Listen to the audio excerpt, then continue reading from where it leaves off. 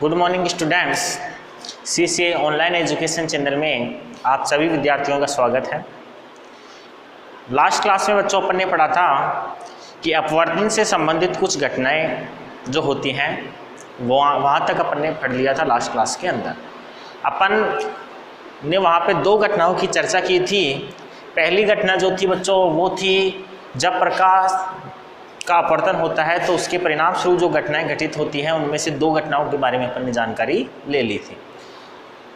पानी से जो भरा हुआ गिलास है उसमें आधी डूबी हुई पेंसिल का मुड़ा हुआ दिखाई देना एक घटना थी जो अपवर्तन के कारण होती है। उसकी अपन ने चर्चा की थी कि किस प्रकार से ये होता है।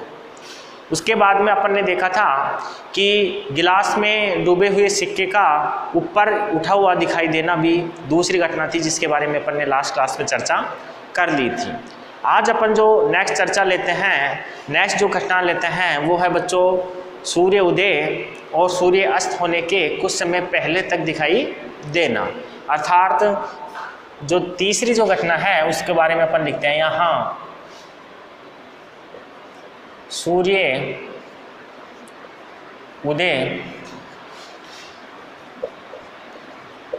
होने से कुछ समय पहले वह सूर्य अस्त होने के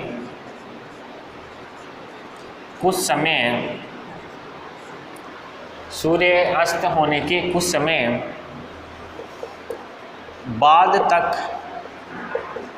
दिखाई देना। देखो बच्चों ये तीसरी घटना है।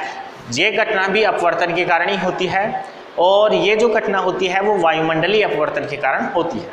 अपवर्तन वही होता है, वायुमंडलीय अपवर्तन अपन उसको बोलेंगे जिसमें माध्यम वायुमंडल होगा और वहाँ पे जो अपवर्तन होगा वो उसी प्रकार से होगा जिस प्रकार से अपवर्तन पहले होता आया है। ये घटना अपवर्तन के कारण होती है। किस प्रकार से होती है इसको अपन पहले थोड़ा समझते हैं कि सूर्य उदय से पहले अर्थात सूर्य उदय होने से कुछ समय पहले ही अपने को क्या दिख जाता है, सूर्य दिख जाता है और सूर्य अस्त होने के कुछ समय बाद तक अपने को सूर्य दिखाई देता रहता है। ये जो दोनों घटनाएं होती हैं ये घटनाएं वायुमंडलीय अपवर्तन के कारण होती हैं। तो अपन इसमें पहले लिख देते हैं इसका कारण, फिर अपन नीचे देखते हैं इसके कारण की यदि हम बात करें तो इसका कारण है यह घटना वायुमंडलीय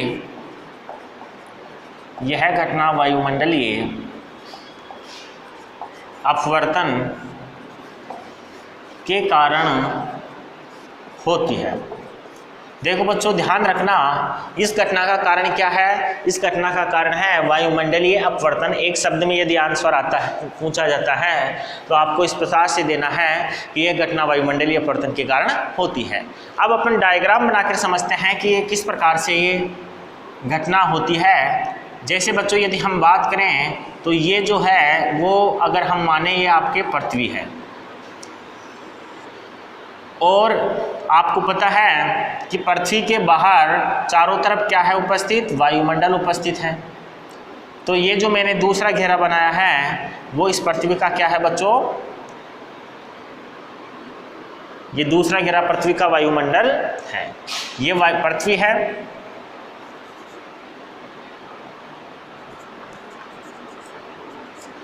और ये बाहर वाला जो घेरा है वो आपके है वायुमंडल। अब होता क्या है बच्चों, यहाँ पर अगर कोई अन्वेक्षक खड़ा है,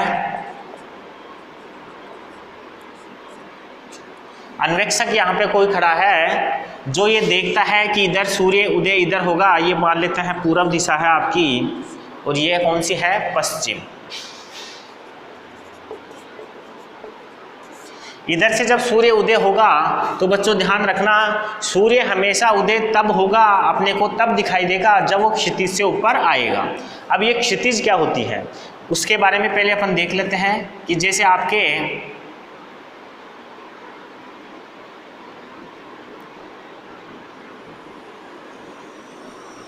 ये जो मैंने रेखा खींची है वो रेखा है आपके क्षितिज। अब क्षितिज क्या होती है उसके बारे में अपन बात करते हैं। तो देखो बच्चों, जब अपन खुली जगह पे छत पे खड़े होकर सामने देखते हैं जहाँ पे बिल्कुल पेड़ पौधे दिखाई नहीं दे, ऐसी स्थिति में आपको क्या होगा, एक ऐसी जगह दिखाई देगी जिस जगह पे पृथ्वी और जो आकाश है वो मिलते हुए प्रतीत होंगे।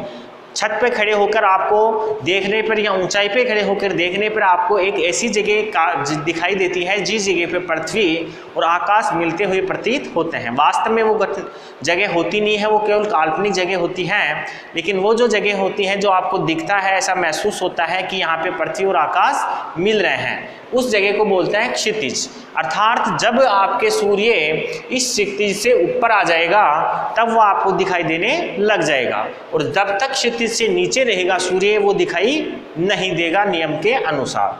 अब देखो बच्चों, ये क्षितिज हैं, और आपके यदि हम बात करें तो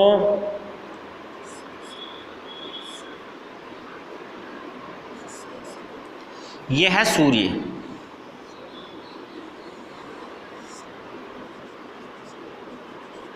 ये सूर्य है। इस सूर्य की वास्तविक स्थिति ये है,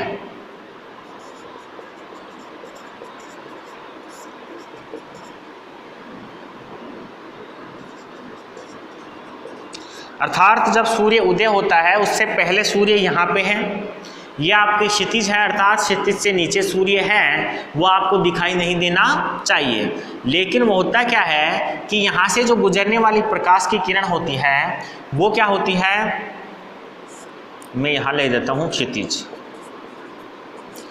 सूर्य से आने वाली जो प्रकाश की किरणें हैं वो वायुमंडल में होता है उसका अपवर्तन। अब अपवर्तन होगा क्यों? क्योंकि वायुमंडल जो होता है उसके अंदर कई प्रकार की गैसें होती हैं, कई प्रकार के धूल के कण होते हैं, पदार्थों के कई प्रकार के कण होते हैं, जिसके कारण जो प्रकाश होता है उसका वेग अलग अलग हो जाता है। और अपन ने पढ़ा है कि जब भी प्रकाश का वेग अलग अलग होता है तो प्रकाश का क्या हो जाता है, अपवर्तन हो जाता है।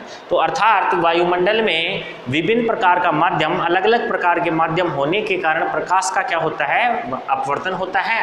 और प्रकाश के अपवर्तन के कारण आपके जो वायुमंडलीय अपवर्तन होता है, जिसके कारण जो सूर्य होता है वो क्षितिज में होता है, क्षितिज से नीचे होता है, उससे पहले ही अपने को सूर्य उदय दिख जाता है। तो यहाँ से जो प्रकाश की किरणें आएगी वो किरणें इधर से आएगी और ये आने के बाद आपके यहाँ तक पहुँच जाएगी। ये जो प्रेक्षक हैं उस प्रेक्षक की आंखों तक पहुँच जाएगी।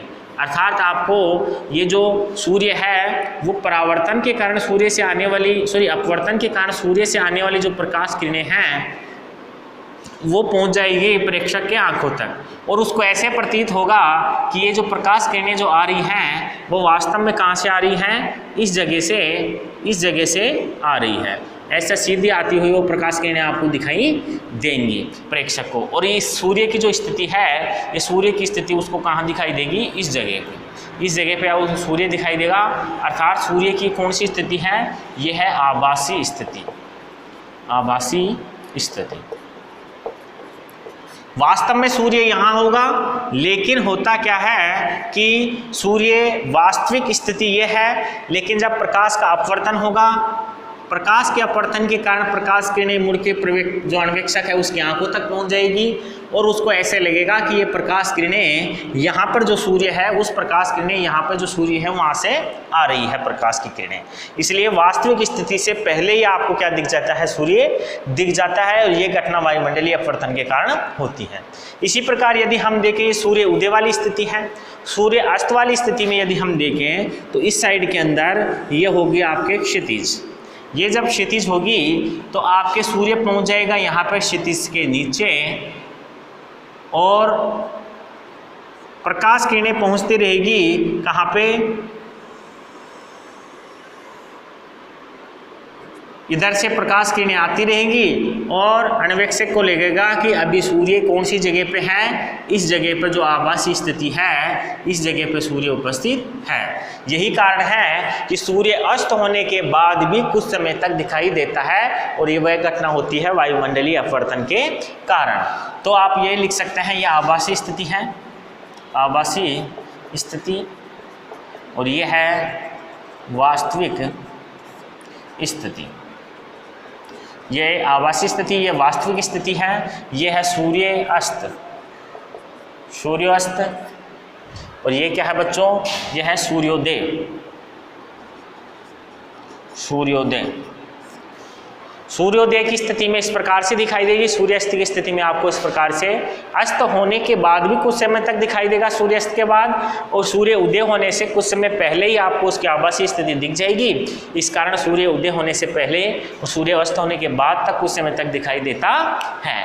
प्रश्न आए कि सूर्य ये घटना होती किस कारण है, तो आंसर लिखना है बच्चों आपको, ये घटना वायुमंडलीय अपवर्तन के कारण होती है। आगे डिटेल में पूछा जाए तो आपको बताना है कि वायुमंडल जो होता है उसमें कई प्रकार की गैसें होती हैं, कई प्रकार के कण होते हैं, जिस कारण भिन्न भिन्न प्रकार का माध्यम तैयार हो जाता है वायुमंडल में। और जब इनमें से प्रकाश किरणें गुजरती हैं तो प्रकाश का क्या होता है, अपवर्तन होता है। और प्रकाश के इसी अपवर्तन के कारण जो आपके सूर्य होता है वो सूर्योदय से पहले और सूर्यास्त के कुछ समय बाद तक दिखाई देता है। इसका आप स्क्रीनशॉट ले लीजिए, इसको नोट कीजिए, फिर अपन अगली घटना के बारे में चर्चा करते हैं।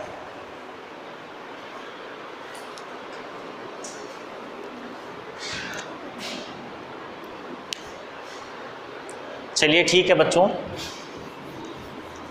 आगे जो इसकी घटना है अपवर्तन की वो है बच्चों पूर्ण आंतरिक परावर्तन। तीसरी जो घटना है वो है बच्चों पूर्ण आंतरिक परावर्तन। पूर्ण आंतरिक परावर्तन। पूर्ण आंतरिक परावर्तन। देखो बच्चों, पूर्ण आंतरिक परावर्तन क्या होता है इसके बारे में यदि अपन चर्चा करें तो ये अपवर्तन से संबंधित घटना है। और आप परावर्तन देख के मत समझना कि ये परावर्तन है, ये अपवर्तन से संबंधित घटना है, लेकिन होता इसमें परावर्तन की तरह ही है। इसको समझने के लिए अपन पहले एक दो बात समझते हैं। पहले ध्यान रखना बच्चों, ये घटना तब घटित होती है जब प्रकाश सघन माध्यम से विरल माध्यम में जाता है। पहली कंडीशन ये है इस घटना के लिए कि जो प्रकाश है वो सघन माध्यम से विरल माध्यम में जाना चाहिए। तो अपन यहाँ लिख लेते हैं कि यह घटना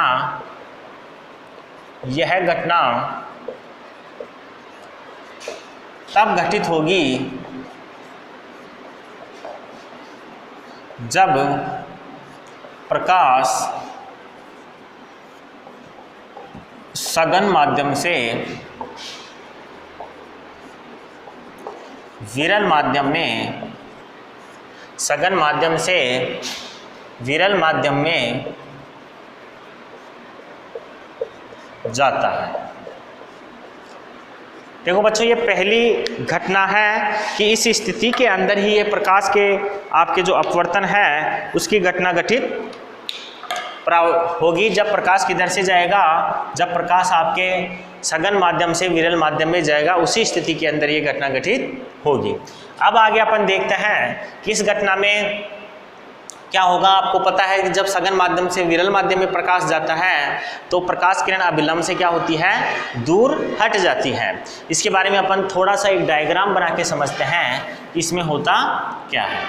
ये देखो बच्चों, आपके एक माध्यम है जिसमें ये आपके एक अविलंब है और इसमें ये जो प्रकाश किरण है वो इधर से जा रही है।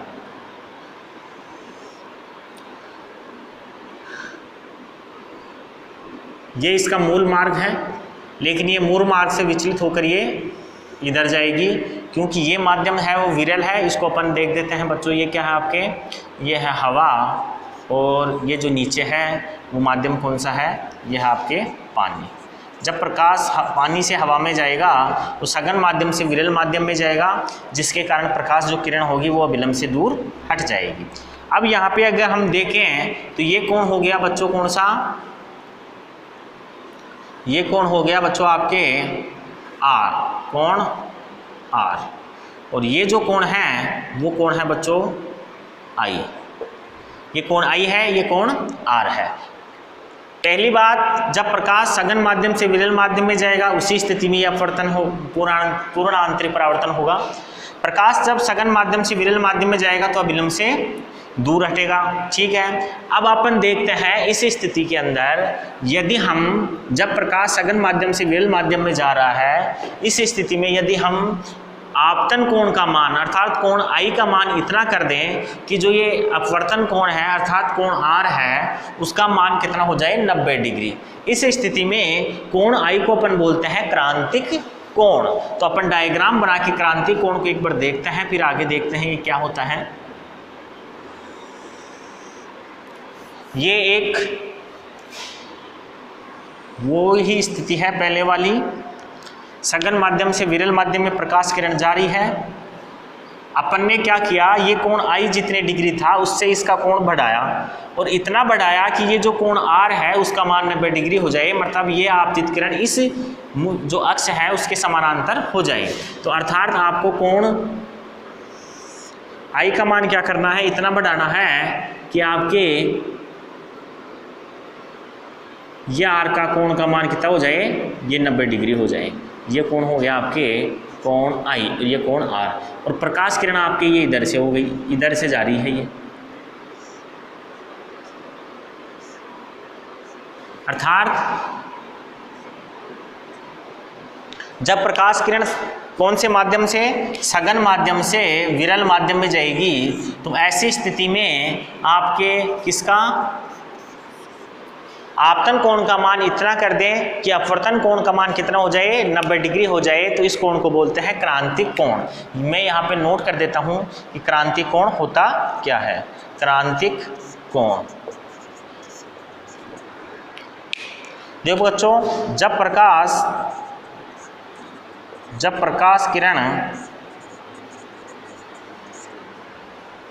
प्रकाश किरण सघन माध्यम से विरल माध्यम में जाती है, जब प्रकाश किरण सघन माध्यम से विरल माध्यम में जाती है तब आपतन कोण का मान इतना कर दिया जाए कि अपवर्तन कोण अर्थात कोण आर का मान 90 डिग्री हो जाए, तो इस आपतन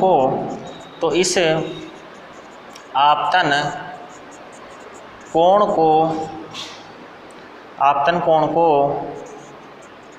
क्रांतिक कोण कहते हैं। देखो बच्चों, ध्यान रखना, क्रांतिक कोण क्या होगा, जब प्रकाश किरण सघन माध्यम से विरल माध्यम में जाती है तब आपतन कोण का मान इतना कर दिया जाए कि अपवर्तन कोण का मान 90 डिग्री हो जाए। तो ऐसी स्थिति में अपन उसको क्या बोलेंगे, अपन उसको बोलेंगे बच्चों कौन सा कोण, क्रांतिक कोण। तो ये दूसरे वाला डायग्राम जो है वो दूसरे वाला डायग्राम आपके किसको प्रदर्शित कर रहा है, दूसरे वाला डायग्राम आपके क्रांतिक कोण की स्थिति को प्रदर्शित कर रहा है। अब अपन आगे देखते हैं तीसरी स्थिति में कि जब प्रकाश किरण किधर से जा रही है, प्रकाश किरण सघन माध्यम से विरल माध्यम में जा रही है, ऐसी स्थिति के अंदर यदि क्रांतिक कोण आपतन कोण का मान क्रांतिक कोण से भी अधिक कर देंगे तो ऐसी स्थिति के अंदर जो प्रकाश किरण है जिस माध्यम से गई थी उसी माध्यम में वापस लौटकर आ जाएगी। अगर इस आई का मान अपन और बढ़ा दें तो ये जो प्रकाश किरण है वो किरण इधर की बजाय उधर ही आ जाएगी जिस साइड से प्रकाश किरण गई थी। इस घटना को बोलते हैं बच्चों अपन पूर्ण आंतरिक परावर्तन। तो आप इस डायग्राम से समझना, ये आपके हैं दो माध्यम, ये इधर है हवा और ये नीचे क्या है बच्चों, पानी। जो अभी अपन देखते आ रहे हैं दोनों डायग्रामों में वही है। अब अगर अपन इस कोण आई का मान क्रांतिक कोण से भी अधिक कर दें, जैसे इसको ऐसे समझो कि इस स्थिति में कोण आई की वैल्यू है आपके 45 डिग्री, इस स्थिति में अपन ने कर दी 50 डिग्री, तो वो क्या हो गया, इसका मान कितना हो गया 90 डिग्री। अगर हम इस कोण आई की वैल्यू 50 से अधिक कर दें, मतलब 60 डिग्री 70 डिग्री तक कर दें, तो इस स्थिति के अंदर ये जो प्रकाश किरण है जिस माध्यम से गई है उसी माध्यम में लौट कर वापस आ जाएगी।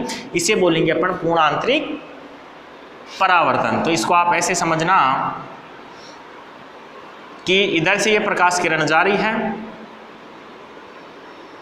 यहां से गई, ये कोण क्या हो गया बच्चों, ये कोण है आपके कोण आई, और ये इस बार इधर आ जाएगी, जिधर से प्रकाश की किरण गई है उधर ही वापस लौट के आ जाएगी, और कोण आर का मान अब की बार बच्चों ये होगा, ध्यान रखना, कोण आर का मान ये होगा।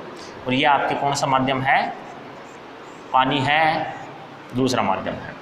ये प्रकाश किरण इधर से गई और इधर लौट के आ गई, अर्थात ध्यान रखना इसकी डेफिनेशन पूर्ण आंतरिक परावर्तन की, जब प्रकाश किरण सघन माध्यम से विरल माध्यम में जाती है, जब प्रकाश की किरण सघन माध्यम से विरल माध्यम में जाती है, उस स्थिति के अंदर यदि आपतन कोण का मान क्रांतिक कोण से अधिक कर दिया जाता है, तो ऐसी स्थिति के अंदर प्रकाश किरण जिस माध्यम से गई है उसी माध्यम में लौटकर वापस आ जाती है। इस घटना को बोलते हैं बच्चों अपन पूर्ण आंतरिक परावर्तन। तो ये यहाँ पर अपन लिख देते हैं पूर्ण आंतरिक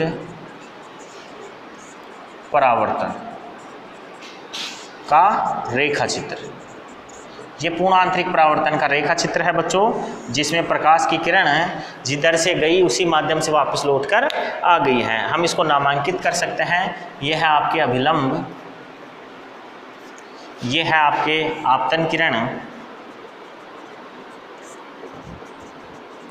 ये है अपवर्तन किरण,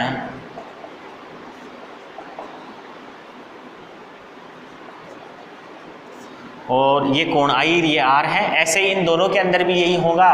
यह आपके कौन सी किरण होगी, ये होगी आपके आपतित किरण, और ये होगी बच्चों अपवर्तित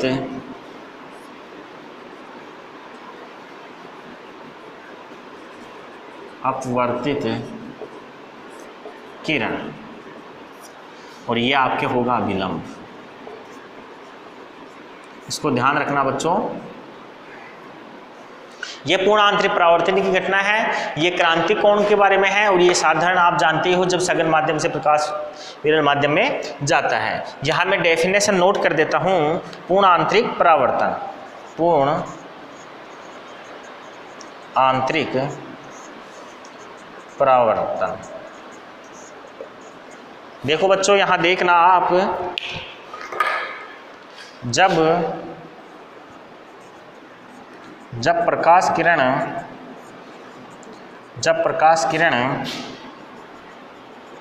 सघन माध्यम से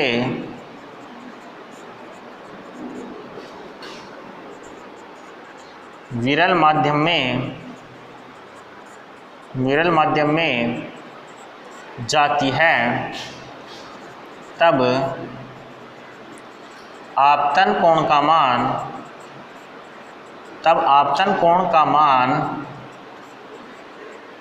क्रांतिक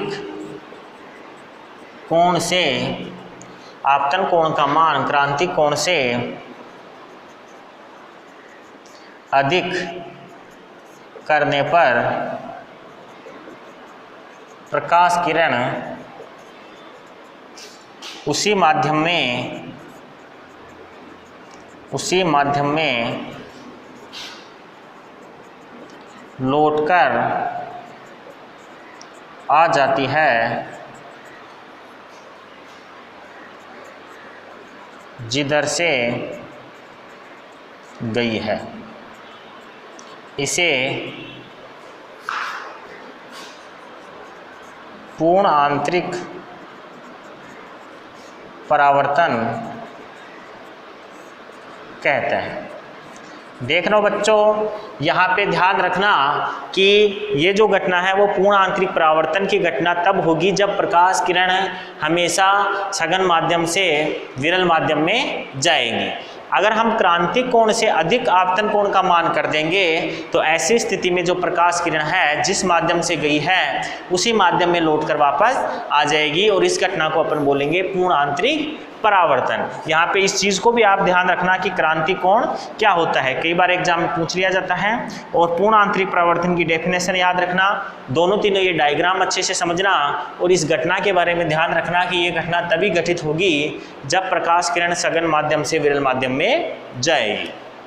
इसके अलावा बच्चों एक उपयोग और है, पूर्ण आंतरिक परावर्तन का एक उपयोग है इम्पोर्टेंट, वो उपयोग किया जाता है बच्चों आपके जो डिजिटल आपके प्रकाश संचार जो होता है उसके अंदर इसका उपयोग किया जाता है।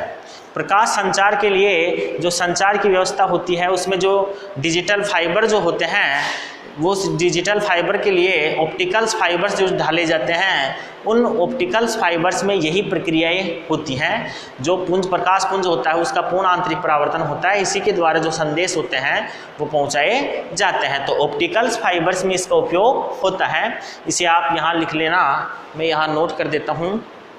उपयोग, इसका उपयोग कहाँ होता है बच्चों? इसका उपयोग ऑप्टिकल फाइबर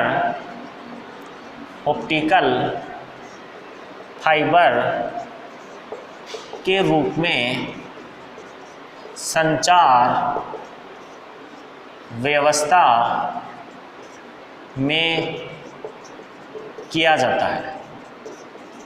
संचार व्यवस्था में इसका उपयोग किया जाता है बच्चों ऑप्टिकल फाइबर्स के रूप में। इस घटना का आप इसका स्क्रीनशॉट लीजिए, फिर अपन आगे की जो घटना है अपवर्तन से संबंधित उसका अध्ययन करेंगे।